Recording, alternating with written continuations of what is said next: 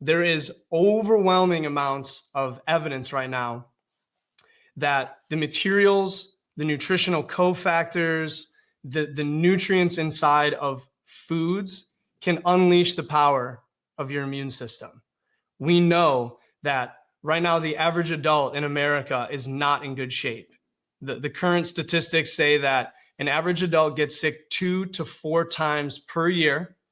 And for kids, it's even worse. As they're building their immune systems up, they're getting sick 6 to 10 times per year.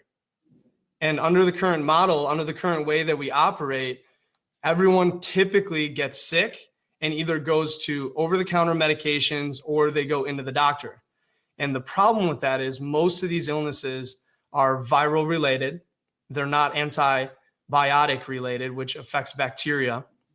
Most of these infections are also being found in the nutritionally weak. So when your body is weak and it doesn't have the phytochemicals to provide your cells with the nutrient it needs to fight and keep healthy, you are more susceptible to becoming ill.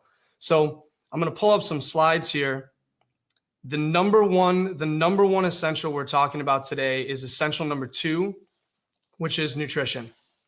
And so we went over core chiropractic last time. We know it's a fact that the human body requires a healthy brain, spinal cord, and nervous system in order to function in its ideal capacity.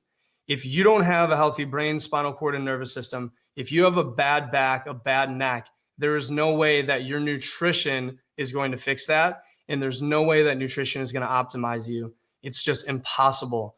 The brain and the nervous system is the master control, the master conductor of your body. And if that's not in good shape, you can't be well. So I hope everybody's been working on their spinal exercises and fixing that over the last week. Now, today, when we get into nutrition, your body requires not only the raw material building blocks, but also the energy from food that we eat. We require things from the outside to come in so our body can build us up. Now, the thing that's most overlooked about nutrition is it's not about the fats, it's not about the carbs, it's not about the proteins, it's about the micronutrients.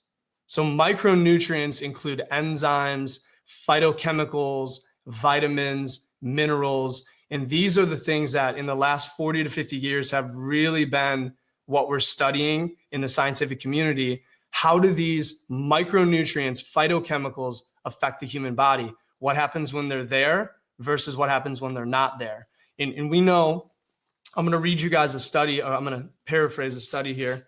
There was a study done in Vietnam, and they took 2 groups of children and broke them into a control group, which ate a standard diet based mostly in carbohydrates. And the second group was called the nutritional intervention group. So this group, they took aside and altered their diet. And what they found was the intervention group received more vegetables and other micronutrient-rich foods, while the controlled group was left, like I said, to eat mostly carbohydrate-based diet. During the follow-up, children in the intervention group had approximately half the respiratory illness as the control group. Half. So by increasing these micronutrients, these phytochemicals, plant nutrients, they reduced respiratory illness by 50%. That is massive. I'm not talking 5% or 2%, 50%. So when we're in hysteria right now as a culture, worrying about the next virus infection, worrying about the next outbreak, worrying about cancers, worrying about autoimmune diseases, why are we not as a community talking about these interventions? Why are we not changing our food supply chain? Why are we not changing the way that we feed our kids? Why are we not changing the way that we grow food and set aside land for biodiversity when we know that you can reduce upper respiratory infections by 50%? We also know when the body is deprived of these micronutrients from plants, viral infections can cause serious, even fatal disease that would not otherwise occur if someone was nutritionally sufficient. So everyone agrees we have a big problem.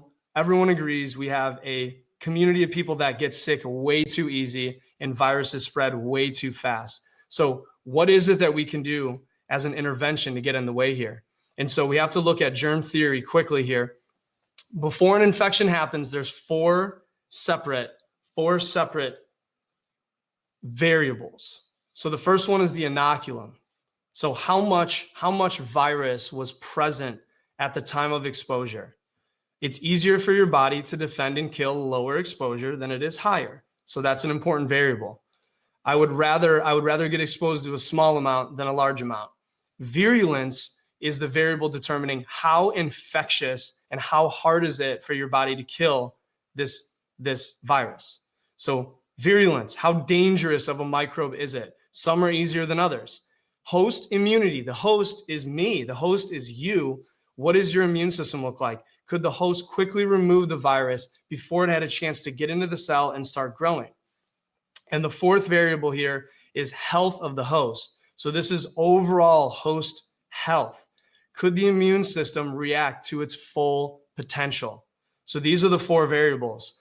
You are in control of the inoculum, and that's why we wash our hands. That's why you don't lick the bottom of your shoe, right? You don't let people cough in your mouth. That's the inoculum. So you want to minimize exposure to a degree.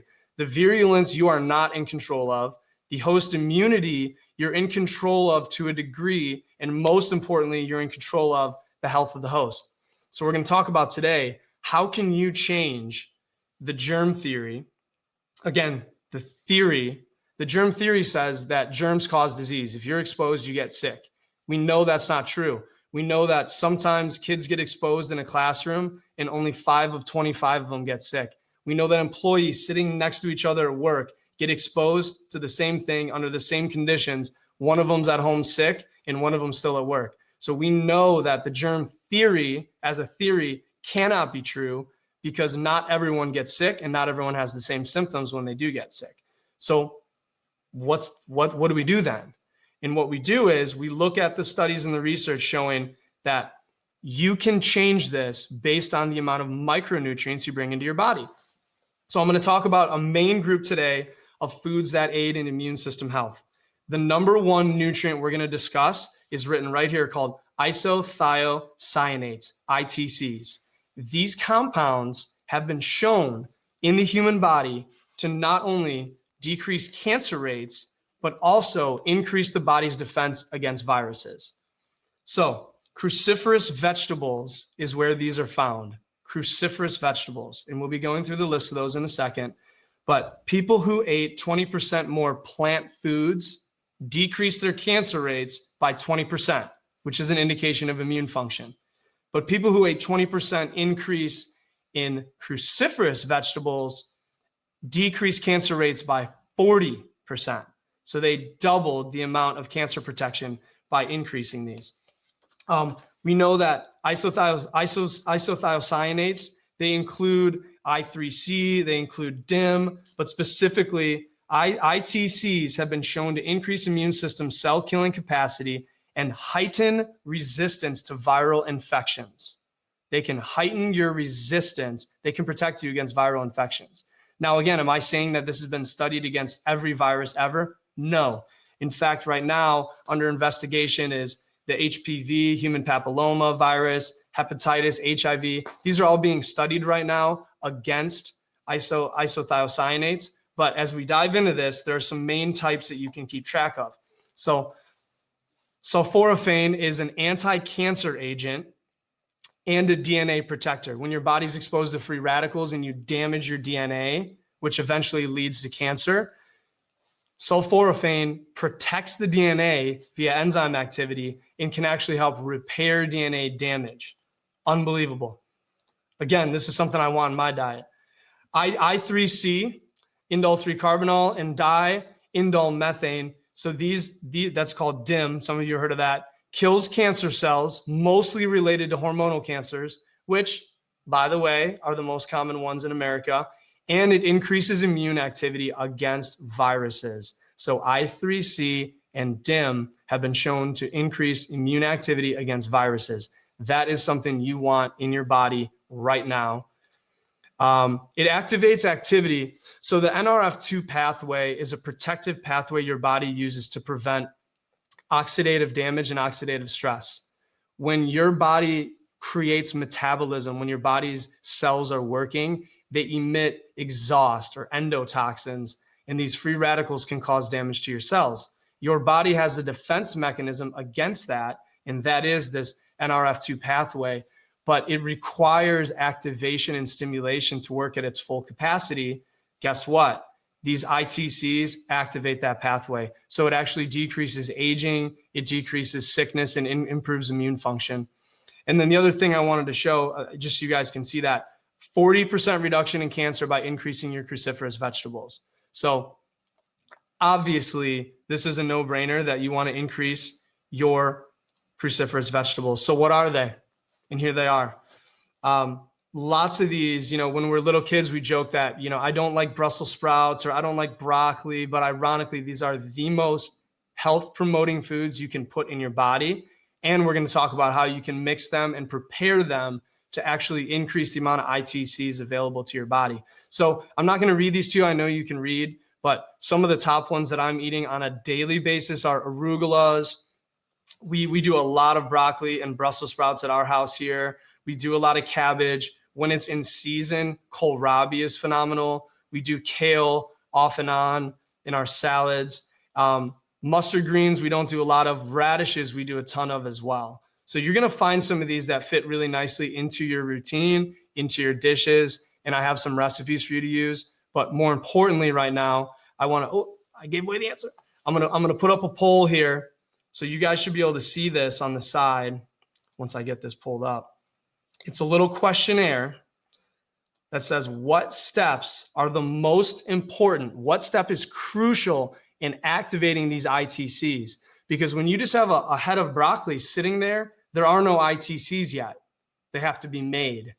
So answer these. Everyone can hopefully see these. And we have refrigeration, chewing, boiling, or steam cooking. What is necessary? And it looks like we got a little bit of a split going on. Most people are saying chewing, almost 80, 75%. Steam cooking, a little bit of boiling so far, only 3%. So the answer is chewing. And to me, it gives me chills to think about how we were made to eat these foods. So the way the plants are set up, they have these little cell walls. They're little rectangle shaped cells. And in there, there's little encapsulations, almost like a pill. And when your body chews, when your mouth chews and breaks open the cell walls, it's like a take home and make your own food packet. You take all the separate parts, mix them together, and it becomes the meal. You break open in your mouth the little capsules, the little cell walls, an enzyme releases and goes to work and creates these ITCs. And so the more you can chew and the more you can break down, that's why we have chopping, chewing, blending, juicing. The more plant cell walls that are broken down, the more ITCs you get, which means the more anti-cancer activity, antioxidant activity, and antiviral and antibacterial activity you get. So huge point here. Chew all cruciferous veggies very well. Try to crush every single cell before you swallow. Now, a lot of people are concerned that heating destroys these. Some of that is true. Heating does not destroy ITCs. Heating destroys the enzymes which create ITCs. So here's the trick. If you take a whole head of broccoli and steam it as it is, you're not going to activate many ITCs. You're only breaking 1 or 2 cell walls when you maybe chop the stalk. So what you want to do is chop it up a lot, or before doing a stew or a soup, you want to puree or blend it up to break it up and crush the cells as much as possible. So to get the most amount of nutrients, they have to be broken up. They have to be broken up. This is for ITCs. So steam cooking doesn't destroy it. Again, you want to chop it up as much as you can, not making it mush. And then when you steam, don't overcook it too much. Just soften it up a bit so it's easier to chew. And it gets that neon green for broccoli or Brussels sprouts, or for cabbage, it starts kind of losing its color almost. But you don't want it to be too mushy. Another great source of these ITCs is making sauerkraut. My wife and I are just starting to get into that. But by taking the raw cabbage, mashing it and breaking the cell walls, and then letting it sit raw, not only are you breaking up a lot of the cell walls to create ITCs, but you're not heating it and you're allowing beneficial bacteria to grow. So that's like a triple header. But maximize the benefit of these things. You've got to chew them up. I was talking yesterday to one of the younger patients who's having some stomach issues. You've got to chew your food, not only for your stomach to break the food down, but now to release these ITCs. The other thing I want to show is there's more foods that boost the immune system. Obviously, your kale, your collards, your mustard greens, your arugula, your watercress, these are the cruciferous veggies. One that I really want to highlight is onions and garlic. Onions and garlic, the allium family, as they're called, are very high in organosulfur compounds. And these compounds have also been shown to increase immune function and have anti-cancer activity. Now, they've been studied as a use to fight an infection, and that's not what they're good at. They're good at long-term. So what I'm trying to say is you shouldn't wait until you're sick and then eat a bunch of garlic. You should be eating garlic and onions and leeks and shallots on a regular basis to continue to raise your immune system, not wait until you're beat down and try to kill it with garlic. Garlic doesn't kill diseases and viruses and infectious agents. You do. So boost your body every day. Give it what it needs by supplying these things. Mushrooms, we don't have enough time to go into today. Mushrooms, and ironically, the highest potency of this one is the white button mushroom, which you can find in any grocery store. They have anti-cancer activities, anti-aromatase activities against breast cancer and hormonal cancers. So you need to be working in mushrooms in your diet as well. And so you can imagine by combining broccoli and Brussels sprouts and kales and cabbage and all of these cruciferous veggies with onions and garlic, with mushrooms, breaking them up the right way and lightly cooking them, you are going to have an immune boosting meal every single day. Additionally, pomegranates and berries have been shown. They are the highest, most antioxidant rich foods on the planet. They're protecting the cells against DNA damage. They also similarly facilitate immune function. They allow your body to function close to its capacity by maximizing it. So berries work into your diet every day as well. I have a very, very core smoothie here, meaning this is a foundational smoothie. So on top of this smoothie, you're going to be able to add anything you want, and I'm going to list through some of those. But this is also something you may already have at your house. So half a can of coconut milk, full fat coconut milk, good for the brain and good for the gut. You're going to use that when you get the non-BPA cans. You're going to take a handful or two of frozen berries. I prefer blueberries and strawberries because the seeds are very small and they don't mess with the texture of the smoothie. You blend those with water. So you fill that up enough to cover it. Blend it. You may need to add a little bit more water to get it thin enough, as well as a handful of kale, spinach. You can add these cruciferous. I avoid doing a lot of raw cruciferous in my smoothies because they do get a little bitter. So I stick to kale, spinach, frozen spring mix. We buy spring mix frozen, put it in the freezer. It lasts a long time, and then it's already cold, so you don't have to add ice to your smoothie. And then you're going to blend that smooth and add the max living grass-fed protein to that. And so that's your baseline smoothie. Now, flavor changers would be cinnamon. You could add cinnamon to that. Sometimes we'll add cayenne pepper to get a change in flavor. Another one would be fresh ginger to get a change in flavor and gut healing powers. You can also add max greens to give it another boost of cruciferous vegetables, give it another boost of enzymes and raw nutrients. And so have fun with this. It's a high fat, high antioxidant. It harnesses the power of those berries. So this is just one of the many recipes that are on my website. In fact, I have the link here to the website. And then at the end of the presentation, you guys will be able to go right to that. But Max Living, we have all the recipes. There's the little link down there. You can click it, open it in the background on your phone or computer. But there are pages, 21 pages of free recipes incorporating all these concepts that I'm talking about today. So if you feel lost, you don't know what you're doing, pick 2 or 3 of these, go to the grocery store, make them, get good at them, and then add them into your normal routine. You don't need 60 recipes. You need 2 or 3 that you love and your family loves that you use on a regular basis. Down here, we have one more slide that I want to show you about implementation. So leaving this workshop, I want to summarize this and make it very easy for you guys. In the morning is the best time to eat fruits, but you want to add in 3 fresh fruits a day, 3 servings. So this could be a huge bowl of blueberries, which a lot of times is my breakfast. It could be cherries when those start coming into season here in a few weeks, plums, oranges, but you want to take advantage of these raw nutrients, and fruits are very easy to eat raw. But do those in the morning, and it's better for blood sugar support. Eat a large salad every day. Anybody that knows me on a daily basis and sees what I'm doing, I'm eating a huge salad me and my wife make every single day. Why? Because I'm getting these ITCs, I'm getting fiber, I'm getting all of these micronutrients that we haven't even discovered yet, and I'm chewing it up really good and allowing my body to absorb those raw. Now, the thing with raw is you're going to capture the most amount of nutrients, but you're not going to be able to eat an entire head of broccoli raw. It's exhausting. So number 2 is eat at least 1 double-sized serving of a cruciferous vegetable.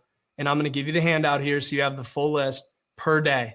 So either 2 servings, 1 raw, 1 cooked, or a double serving. And I'm going to share with you my Brussels sprouts recipe in a second here. And then the other thing to add in is 1 serving of raw nuts and seeds.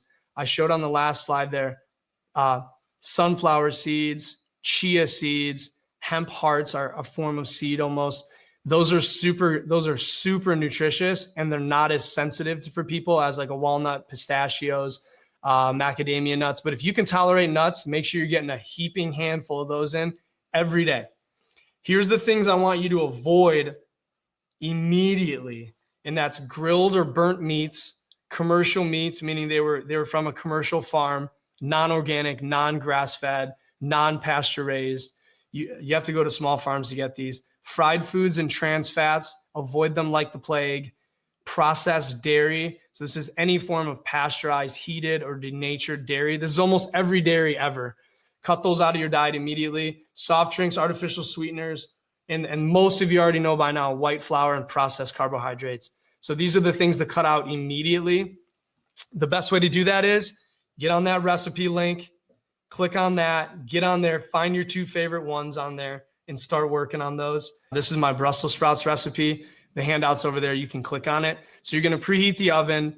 You buy as much as you need. For 2 people, you only need about like the bag, the Brussels sprouts at the standard size store. I think it's a pound. That'll usually feed 2 people. If you have 4 people, double it. Rinse them in the sink with filtered water. Take out the extra rough leaves on the outside. And then once you get closer to the inner leaves, leave those on. Chop off the stems, cut them in half, and put them face down. We use olive oil to dress it, but we don't actually cook it. We use avocado oil to cook it with. Season it with salt and pepper. You bake it on one side about 18 minutes. Flip them over, get them nice and golden brown, but not burnt. And then you're going to stir them around, serve them on the plate. Like we said on here, olive oil and balsamic is a good flavor to do. You can add Parmesan cheese on top. Make sure you get Parmigiano Reggiano, which is the official Parmesan cheese imported. And that's the recipe. And we do that sometimes twice a week. And that's you're chopping them up pretty good, chew them up really good. And that's a great way to get cruciferous Brussels in a couple days a week on there. We have a newer product in Max Living. Not a lot of people know about it. It's the broccoli blend. And what they've done is they extract these ITCs and the enzymes responsible for their conversion into a capsule. And now this has 90 capsules in it. You take 1 a day, so it'll last you 3 months. It's a pretty big bottle, and it's under $30 a month. So if you know that you're bad at getting these nutrients in and you want to protect your immune system, this is a way that you can supplement a good diet, not replace, but supplement.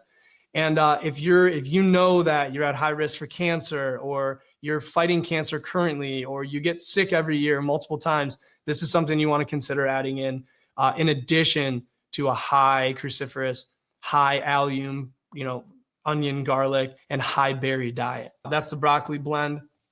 And then some of you are already doing this as well, but I just want to point out, we've done a lot of the work for you, which is the the Maximize Living Immune Boost bundle. So it's got your probiotics, it's got your daily defense, your vitamin C, it's got D3 and probiotics, and then it also has a garlic and parsley extract. So again, we're harnessing the power of plants, putting it in your body in an easy, the garlic is non-odorous, so that helps too. You don't have to smell like garlic all day.